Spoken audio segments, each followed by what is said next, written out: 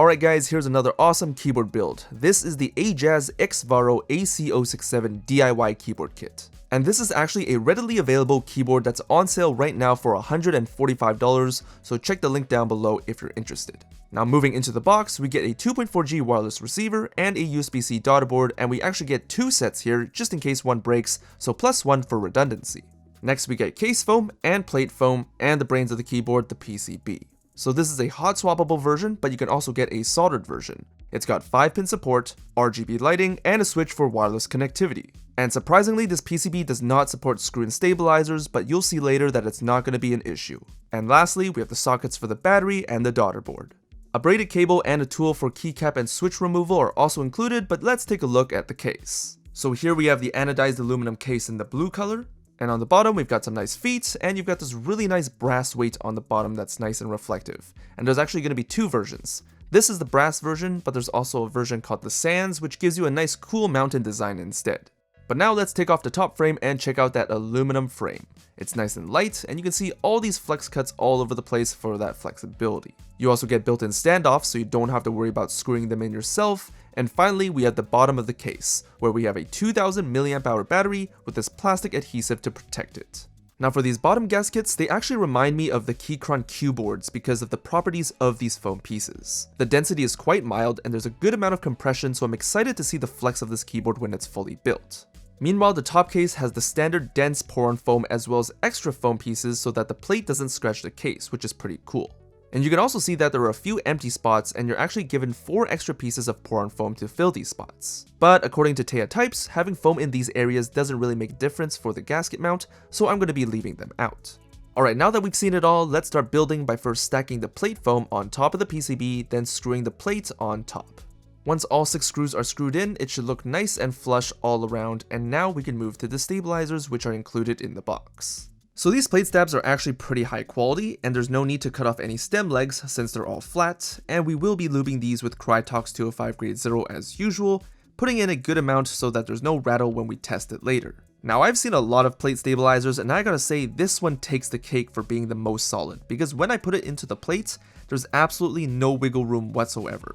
With the combination of this rigidity and the lube, these stabilized keys are going to sound absolutely amazing, and you can hear it for yourself later. But first, the switches, and we're going to be using the glorious link switches unlubed, but we're going to be using Krytox 205 grade 0 to get that nice smoothness and thockiness with a really nice deep tone. Now when you buy this keyboard, you have the option of getting VARO Panda or VARO Mint switches that coincidentally look exactly like the glorious link switches, so I thought it was kind of funny that I just happened to use these switches for this particular build. And of course, hot swap is life, and putting in the switches is as easy as ever with no issues. Alright, so our main components are all together now, and it's looking pretty sick, so now we can finally start the final building process, starting with screwing in the daughterboard onto the case itself. Next, we need to put in the case foam with the shiny side up and making sure the wires are coming through those cutouts. So our next step is going to be connecting the battery to the PCB and then the daughterboard to the PCB. That's going to be the hardest part because the cable is pretty rigid and you don't want to rip anything, so just go slow and you should be fine. And when you're lowering the PCB, you just want to make sure that the foam underneath is somewhat flat so you're actually getting proper sound dampening properties. Once everything is aligned, we can put down the top frame and make sure that the daughterboard is aligning with the USB-C cutout. And then we just close up the keyboard with these hex screws and a tool provided. I gotta say this keyboard's looking pretty sick, and of course the final touch are the keycaps, and we're gonna be using the GMK Space Cadet 2 set. And fun fact, this is actually the first GMK set I ever bought, but it took 2 years to get here and became the 4th set to actually arrive at my place. Now I do like the color scheme of this set, but when I was building the keyboard, I felt like that maybe I should have went for the full blue set instead, but maybe it's just because I'm building in this particular keyboard. I did also buy the novelty set, so those special keycaps are going to make this keyboard a little more unique. The keyboard build is finally complete, and I gotta say it looks absolutely stunning.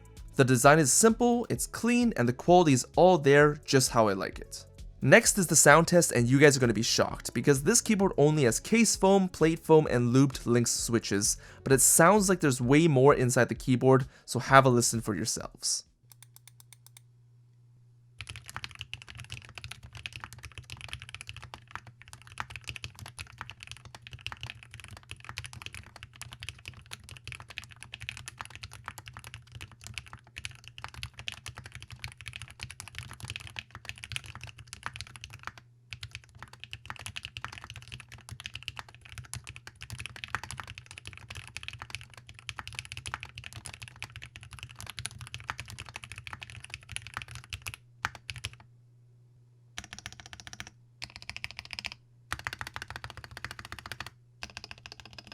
By the way, this is the amount of flex you get in its default configuration, and it's definitely my ideal level of flex.